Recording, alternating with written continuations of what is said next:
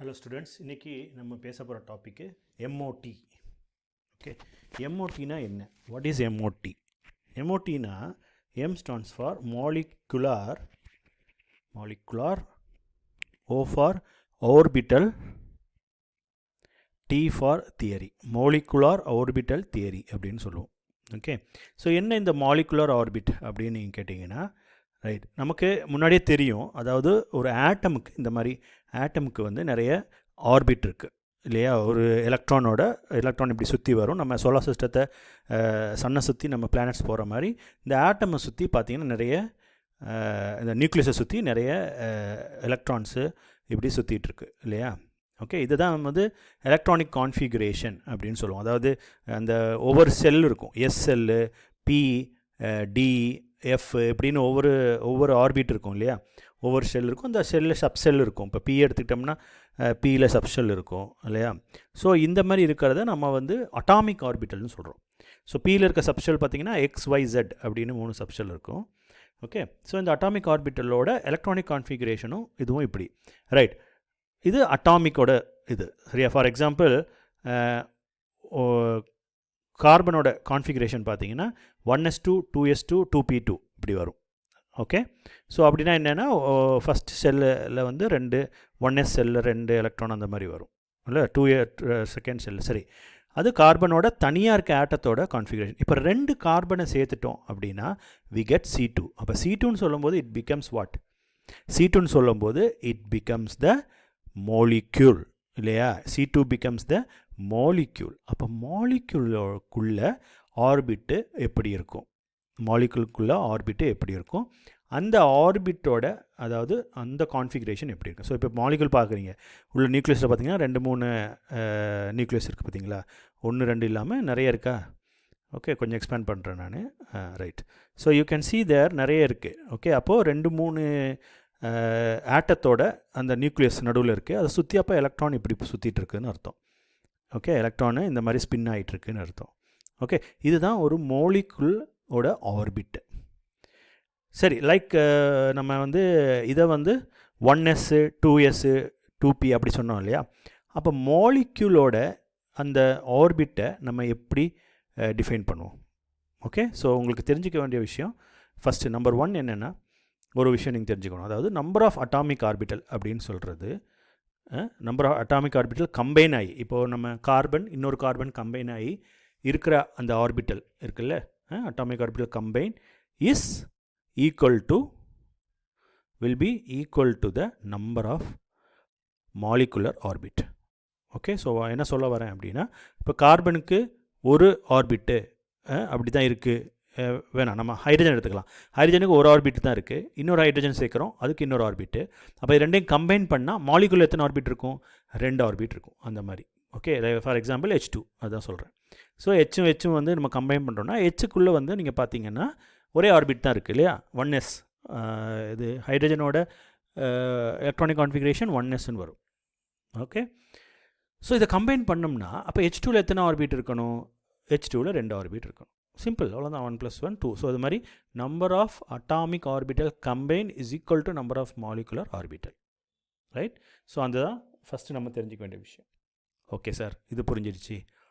அப்போ நெக்ஸ்ட்டு என்ன தெரிஞ்சுக்கணும் அப்படின்னா, செகண்ட் பாயிண்ட்டு உங்களுக்கு முக்கியமாக என்ன தெரிஞ்சுக்கணும், இந்த மாலிகுலர் ஆர்பிட்டலில் நம்ம வந்து எந்த மாதிரி இந்த கான்ஃபிகரேஷன் பண்ண போகிறோம்?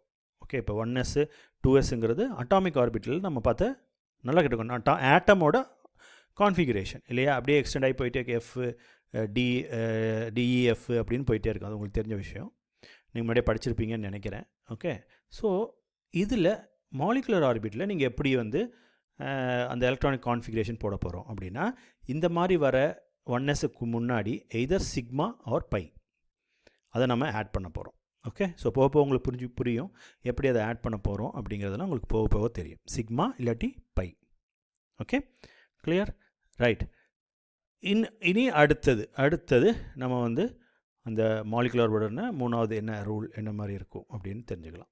ஓகே, ஸோ நெக்ஸ்ட்டு நம்ம வந்து அதில் தெரிஞ்சிக்க வேண்டிய விஷயம், இப்போ ஒரு நியூக்ளியஸ் இருக்குது, ஒரு ஆர்பிட் இருக்குது. ஓகே, இன்னொரு இன்னொரு ஆட்டத்தோட நியூக்ளியஸ் இருக்குது, ஆர்பிட் இருக்குது. ஃபார் எக்ஸாம்பிள் இது 1s1 ஹைட்ரஜனோடன்னு வச்சுக்கலாம். ஹைட்ரஜனோடு இப்படி தான் வரும், ஒரு எலக்ட்ரான் இருக்குது, 1s1 நம்ம போடுவோம். ஸோ ஹைட்ரஜனோடு இப்படி இருக்குதுன்னு வச்சுக்கலாம். ஓகே, ஸோ ஹைட்ரஜன் வந்து இப்போது கம்பைன் ஆகிறதுக்கு ரெண்டு பாசிபிலிட்டி. இந்த ரெண்டு ஆட்டம், அதாவது ஹைட்ரஜன் ஆட்டம் எதர் கம்பைன் ஆகி ஒரு ஆர்பிட் ஆகலாம், இல்லை பக்கத்தில் வந்து இன்னொரு ஆர்பிட் ஆகலாம். ஸோ அந்த கம்பைன் ஆகிறத பாண்டிங் ஆர்பிட்டால்னு சொல்லுவோம். சேருது பார்த்தீங்களா, அதை பாண்டிங் ஆர்பிட்டால்னு சொல்லுவோம். ஓகே, ஆனால் பக்கத்தில் மாத்திரம் இருக்குன்னா ஆன்டி பாண்டிங் ஆர்பிட்டால், அதுதான் ஏபிஓ. ஓகே, ஸோ இன்னும் தெளிவாக சொல்லணும்னா அக்கார்டிங் டு ஷ்ரெடிங்கர் என்ன சொல்கிறார் அப்படின்னா, ஒரு ஆட்டம் வந்து போத் பார்ட்டிக்கலாகவும் பிஹேவ் ஆகும், வேவாகவும் பிஹேவ் ஆகும், வேவோட ப்ராப்பர்ட்டிஸும் இருக்கும். ஸோ ஃபார் எக்ஸாம்பிள் இப்போ 1s1 இதுதான் ஹைட்ரஜனோட வேவ்னு வச்சுக்கலாம். ஓகே, அந்த ஆட்டத்தோட வேவு, எலக்ட்ரானோட வேவு.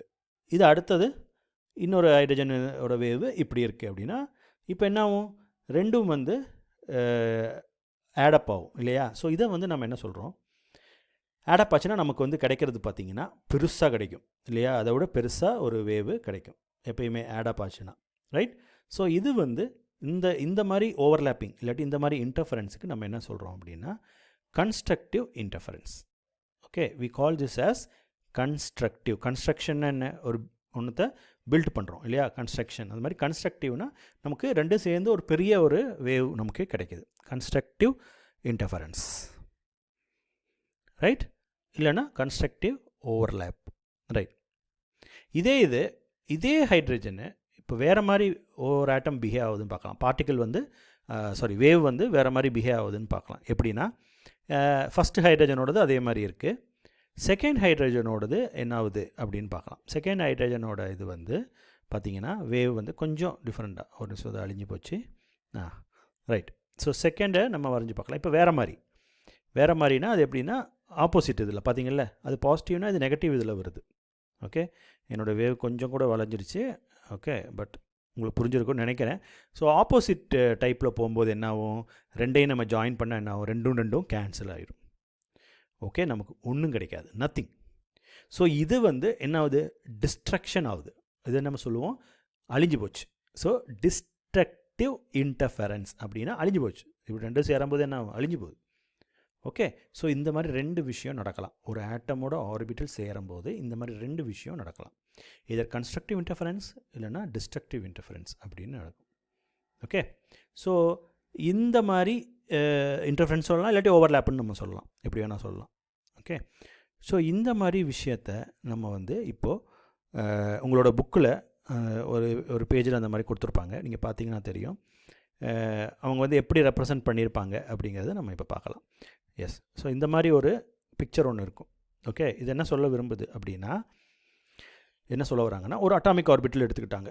ஓகே, அந்த அட்டாமிக் ஆர்பிட்டல் வந்து சை, அந்த ஒரு இது பார்க்குறீங்க இல்லையா, அது வந்து சை ஏ அப்படின்னு எடுத்துக்கலாம். ஒரு ஹைட்ரஜனோட அட்டாமிக் ஆர்பிட்டல் சை ஏன்னு எடுத்துக்கலாம். இன்னொரு ஹைட்ரஜனோட அட்டாமிக் ஆர்பிட்டல் சை பின்னு எடுத்துக்கலாம். ஓகே, ஸோ நம்ம பார்க்க போகிறது மாலிகுலர் ஆர்பிட்டல் இல்லையா. ஸோ சை ஏ சை பி ஜாயின் ஆச்சுன்னா ஓகே எப்படி இருக்குன்னு பார்க்கலாம். அப்போது ஒரு ஹைட்ரஜனில் ஒரு எலக்ட்ரான் இருக்கா, இன்னொரு ஹைட்ரஜனில் இன்னொரு எலக்ட்ரான். அப்போ H2 ஃபார்ம் ஆகணுன்னா இந்த H1 இந்த H2. ஓகே, புரிஞ்சிருக்குன்னு நினைக்கிறேன். அதுதான் அந்த பிக்சர் டினோட் பண்ணுது. அதில் வந்து பார்த்திங்கன்னா ரெண்டுத்துலேயும் ஒரு எலக்ட்ரான் தான் இருக்குது. ஒன்று வந்து மேலே ஸ்பின் ஆகுது H1ல், அடுத்தது வந்து கீழே ஸ்பின் ஆகுது. So according to the rule இப்படி தான் இருக்கும். பாண்ட் ஃபார்ம் ஒன்றா ஒன்று மேலேயும் ஒன்று கீழேயும் ஸ்பின் ஆகணும், அப்படி தான் பாண்ட் ஃபார்ம் ஆகும். ஸோ பார்த்திங்கன்னா இந்த இடத்துல என்ன நடக்குது, கன்ஸ்ட்ரக்டிவ் இன்டர்ஃபரன்ஸ் நடக்குது. ஓகே, ஸோ கன்ஸ்ட்ரக்டிவ் இன்டர்ஃபரன்ஸ் நடந்தால் அந்த மேலே வந்து டிஸ்ட்ரக்டிவ் இன்டர்ஃபரன்ஸ் நடக்குது. ஸோ நீங்கள் பார்த்தீங்கன்னா டிஸ்ட்ரக்டிவ் இன்டர்ஃபரன்ஸ் மைனஸில் இருக்குது இல்லையா, சிக்மா ஏ மைனஸ் சிக்மா பின்னு கொடுத்துருக்கான். ஓகே, அதுதான் டிஸ்ட்ரக்டிவ் இன்டர்ஃபரன்ஸ். ஸோ இதுதான் என்ன ஃபார்ம் ஆகுது, ஆன்டி பாண்டிங் ஆர்பிட்டல். அதாவது இந்த இடத்துல ஹை எனர்ஜி இருக்கும்.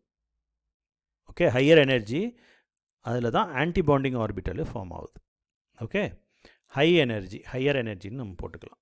ஓகே, அதே வந்து எனர்ஜி லோவாக இருந்துச்சுன்னா பாண்டிங் ஆர்பிட்டல் ஃபார்ம் ஆகும். But according to a rule, according to the law, எப்பயுமே எலக்ட்ரான் வந்து லோயர் எனர்ஜியில் தான் ஃபஸ்ட்டு பாண்டு ஃபார்ம் ஆகும். ஸோ நமக்கு ஈஸியாகிடுச்சு. பாண்டிங் ஆர்பிட்டல் எங்கே இருக்குது, லோயர் எனர்ஜியில் இருக்குது.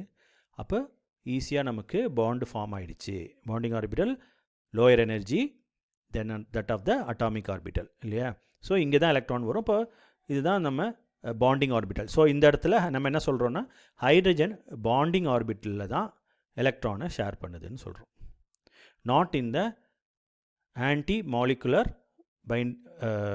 பாண்டிங் ஆர்பிட்டல், அதில் கிடையாது. பட் பாண்டிங் மாலிகுலர் ஆர்பிட்டலில் ஹைட்ரஜன் H2ங்கிறது இதாகுது. அப்போ அது பாண்ட் ஃபார்ம் ஆகுது அப்படின்னு அர்த்தம். ஓகே, ஸோ இந்த ஆன்டி மாலிகுலர் பைண்டிங் எனர்ஜி ஹையாக இருக்குது. பாண்டிங் மாலிகுலர் ஆர்பிட்டலில் வந்து உங்களுக்கு எனர்ஜி கம்மியாக இருக்கும். ஸோ எனர்ஜி ஹையாக இருந்தால் என்னென்னா பாண்டிங் மாலிகுலரில் எனர்ஜி கம்மியாக இருக்குது. எனர்ஜி ஹையாக இருந்துச்சுன்னா என்ன அர்த்தம் அப்படின்னா it is unstable. Okay, it is mostly அன்ஸ்டேபிளாக இருக்கும். ஓகே, எப்பயுமே எனர்ஜி அதிகமாக இருக்குன்னா என்ன அன்ஸ்டேபிள்னு அர்த்தம்.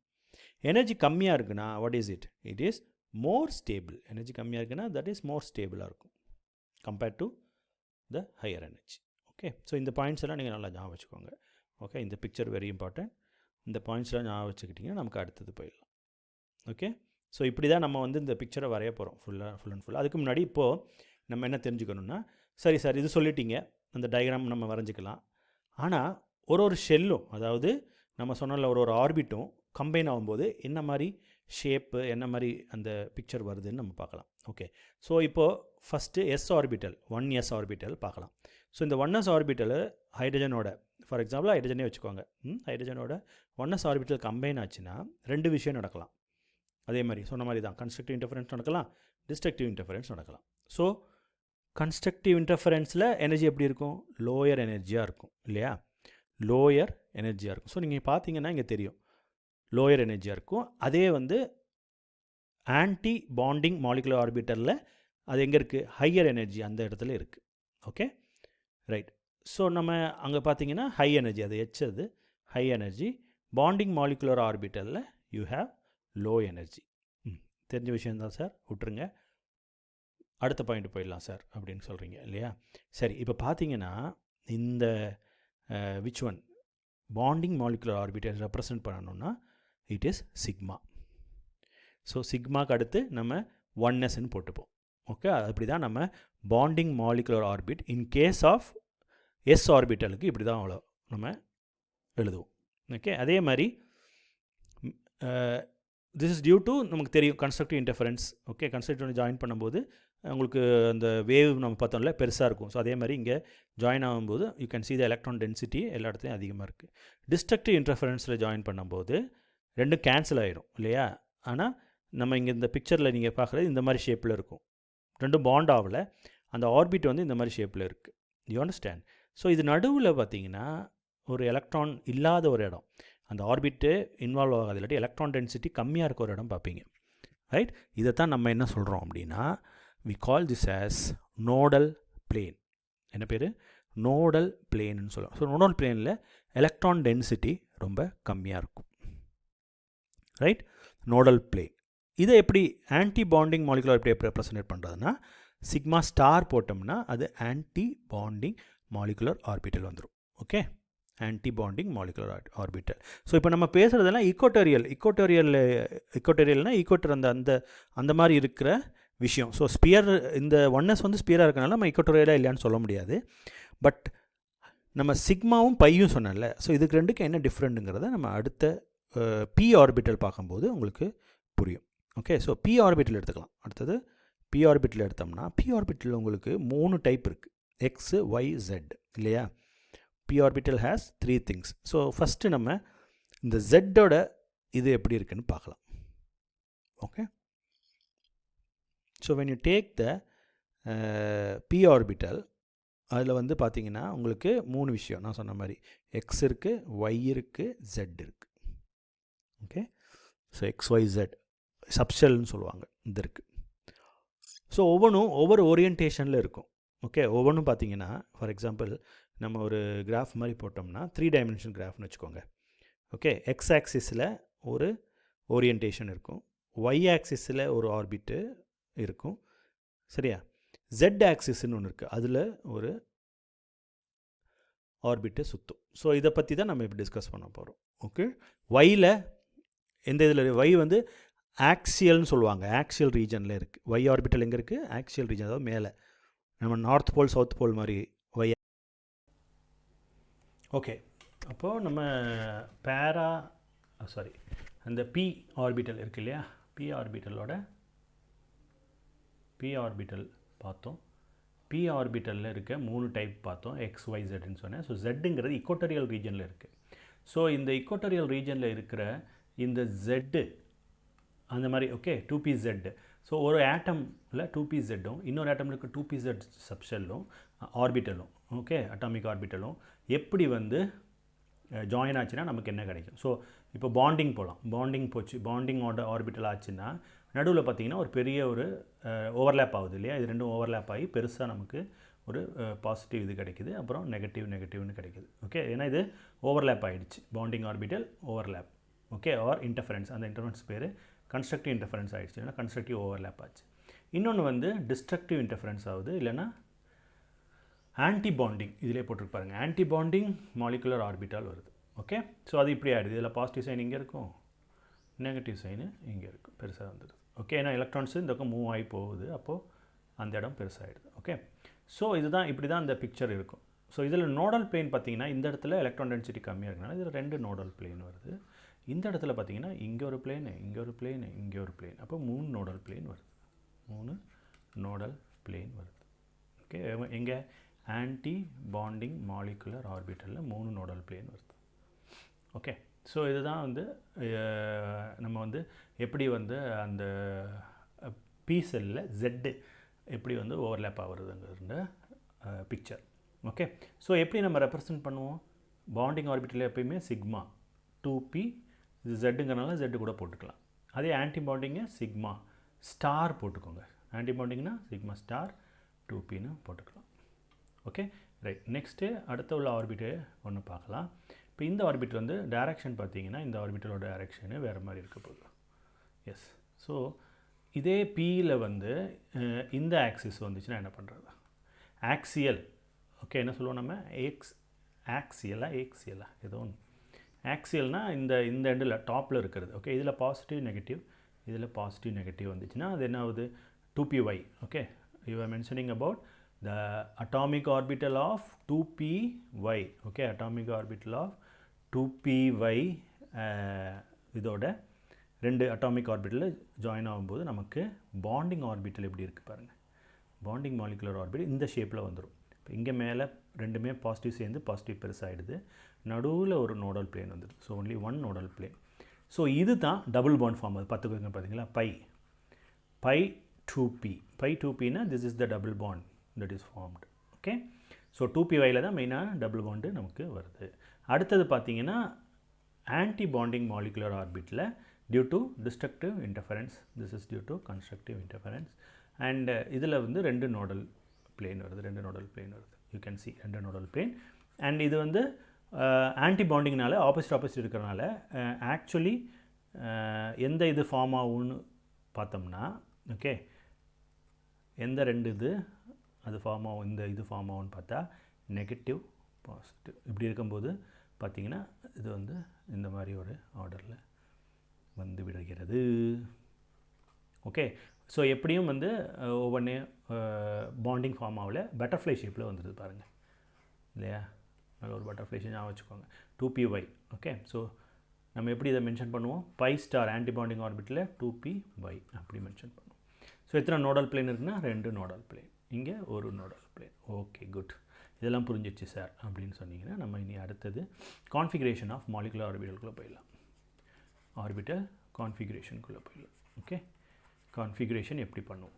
ஸோ முன்னாடி நான் சொன்ன பிக்சர் உங்களுக்கு ஞாபகம் இருக்குன்னு நினைக்கிறேன், ஒரு பிக்சர் இந்த மாதிரி போட்டிருப்பேன் இல்லையா. ஸோ இதுதான் நம்ம வந்து பேசிக்காக, yes, so I think you know this one.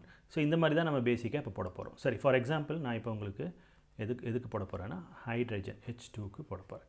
Okay, so H2க்கு எப்படி போடுறது இந்த பிக்சர்னு சொல்லிதான். Okay, so what we are going to do is, we are going to first என்ன பண்ணணும், கீழே ஒரு பாக்ஸ் போட்டுக்கோங்க. ஓகே, ஸோ இந்த இடத்துல ஒரு பாக்ஸ், இங்கே ஒரு பாக்ஸ், இங்கே ஒரு பாக்ஸ். ஓகே, ஸோ இது என்ன H2, இப்போ ஹைட்ரஜன் இந்த ஆட்டம் நம்பர் 1 ஆட்டம் இங்கே ரெப்ரசன்ட் பண்ணுறோம். ஹைட்ரஜன் 2வது ஆட்டம் இங்கே.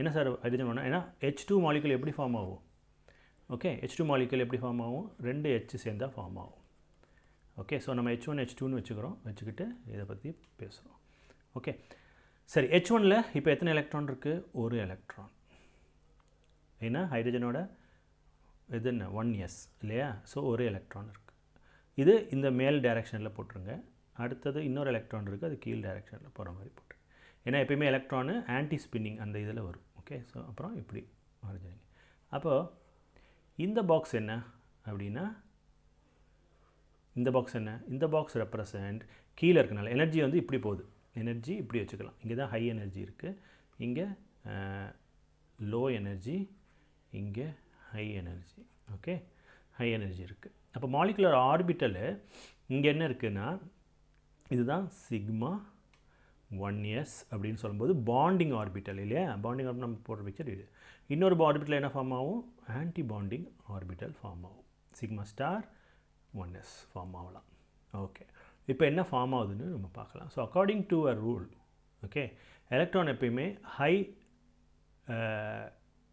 எனர்ஜி டு லோ எனர்ஜியில் தான் ஷேர் ஆகும் ஃபஸ்ட்டு லோயர் எனர்ஜிக்கு தான் ஃபஸ்ட்டு ஃபில் ஆகும் ஸோ ரெண்டுமே இங்கே வந்துடுது ஓகே ரெண்டு எலக்ட்ரான் என்ன ஆகிடுது இங்கே வந்துடுது மாலிகுலர் பாண்டிங் ஆகிடுது அப்போ so it forms bonding so இங்கே வரத்துக்கு ஏதாவது இருக்கா இல்லை யூ அண்டர்ஸ்டாண்ட் ஸோ இந்த இடத்துல ஒன்றுமே வரல அப்போ ஆன்டி பாண்டிங் கிடையாது இங்கே ஒன்லி பாண்டிங் ஓகே ஸோ இதை நம்ம கன்ஃபார்ம் பண்ணணும் இல்லாட்டி நம்ம இதோட பாண்ட் ஆர்டர் ஹைட்ரஜனோட பாண்ட் ஆர்டர் பார்க்கணுன்னா ஃபஸ்ட் நீங்கள் என்ன பண்ணணும் அப்படின்னா you have to write the bonding electrons okay minus non bonding electrons அதாவது இங்கே இருக்க ஆன்டி பாண்டிங் எலக்ட்ரான் இருக்கையா நான் பாண்டிங் இல்லாட்டி ஆன்டி பாண்டிங் எலக்ட்ரான்ஸ்னு போட்டுருக்கோம் டிவைடட் பை 2 அதுதான் bond order okay so bond order divided by 2 அப்படின்னு சொல்லும்போது பாண்ட் எலக்ட்ரான்ஸ் எத்தனை இருக்குது இதில் பாண்டிங்கில் 2 எலக்ட்ரான் இருக்குது மைனஸ் நான் பாண்டிங்கில்